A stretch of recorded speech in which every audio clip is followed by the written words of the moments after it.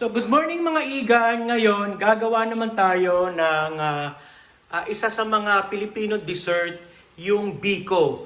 So ito yung way ko ng paggawa ng biko kasi maraming style ng pagluluto ng biko. Pero ito yung style ko ng pagluluto at sana magustuhan ninyo, no?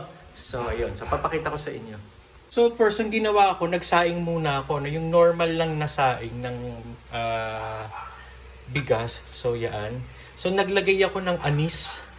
Yung bigas na anis, pampabango sa kanin, ano. So yan. Pwede optional, pwedeng wala, pwedeng hindi. You can use pandan. So after nyan, gagawa ngayon tayo ng ating syrup para dun sa paghahaluan ng ating biko. So ganito yung mga ginagawa ko mga igan, no? Ito yung regular oil lang na palma oil or any kind ng oil na pwede nyong gamitin. Mas maganda kung virgin coconut oil o yung pinaglatikan ng inyong gata. Pero since hindi ako gagawa ng latte, so mantika lang yung ginamit ko, no? So yung regular oil lang, pwede yan. So yan mga iga, nilagyan ko lang siya ng brown sugar, ano, muscovado sugar, konti lang, at saka a pinch of salt para lang meron lang siyang ika-caramelize lang natin yan. Pag na-caramelize na siya, ilalagay natin yung ating bigas.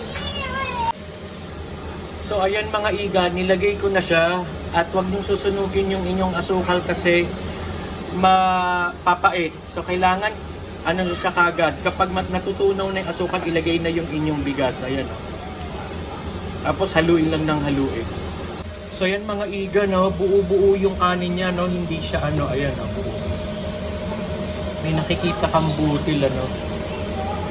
Ayan. So ito na po, na-flat na po natin at gagawa naman tayo ng kanyang syrup. So ayan mga iga, nilagyan ko lang yung coconut milk ng sugar at saka yung salt. Siguro mga a pinch of salt lang para may balance lang doon sa kanyang tamis. Pero bahala na kayo kung gano'n yung katamis gusto yung inyong toppings, no?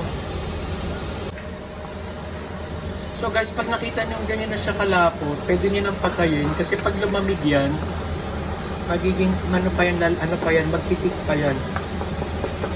So okay na yan.